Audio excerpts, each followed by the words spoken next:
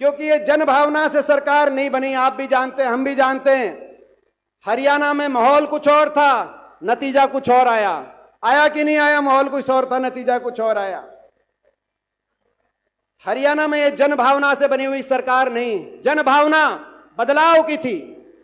इसका सबसे पहला सबूत था कि 10 साल के मुख्यमंत्री मनोहर लाल खट्टर जी को बीजेपी ने खुद बदलना पड़ा। चुनाव से पहले अगर अच्छे काम किए होते, जनता साथ होती, तो अपने मुख्यमंत्री को नहीं बदलते, लेकिन बदलना पड़ा।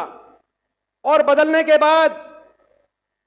के बाद भी आपकी और हमारी तपस्या, मेहनत, पूरे प्रदेश में कांग्रेस के पक्ष का माहौल,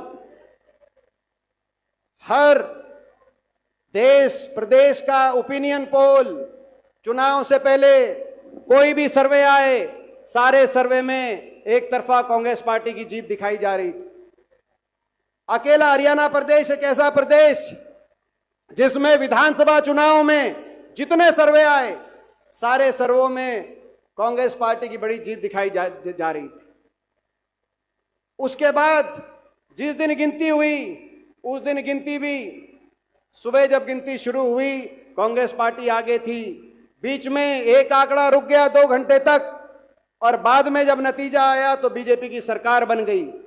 पोस्टल बैलेट में हरियाणा प्रदेश में जो पोस्टल बैलेट का नतीजा आता है, वही नतीजा सरकार का बनता है। 2009 में कांग्रेस पार्टी पोस्टल बैलेट में जीती, कांग्रेस की सरकार बनी।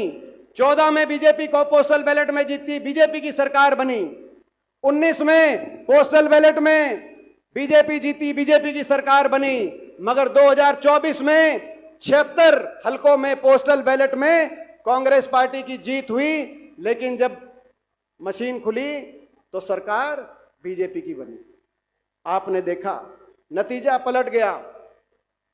और ये बीजेपी वालों को भी पता है ये सरकार कैसे बनी है। आपको याद होगा, नायब सैनी जी से जब पूछा गया वोटिंग के बाद और गिनती से पहले, नायब सैनी जी से जब पूछा गया कि सरकार बनेगी, ऐसा कैसे विश्वास आपको है क्योंकि सारे सर्वे आपको हरा रहे हैं, तो वो ये कह सकते थे कि चुनाव प्रचार में सारे हरियाणा में घूमे और लोगों ने बड़ा साथ दिया, आशीर्वाद दिया, इसीलिए विश्वास है। ऐसा नहीं कहा उन्होंने। क्या कहा नायब सैनी जी ने?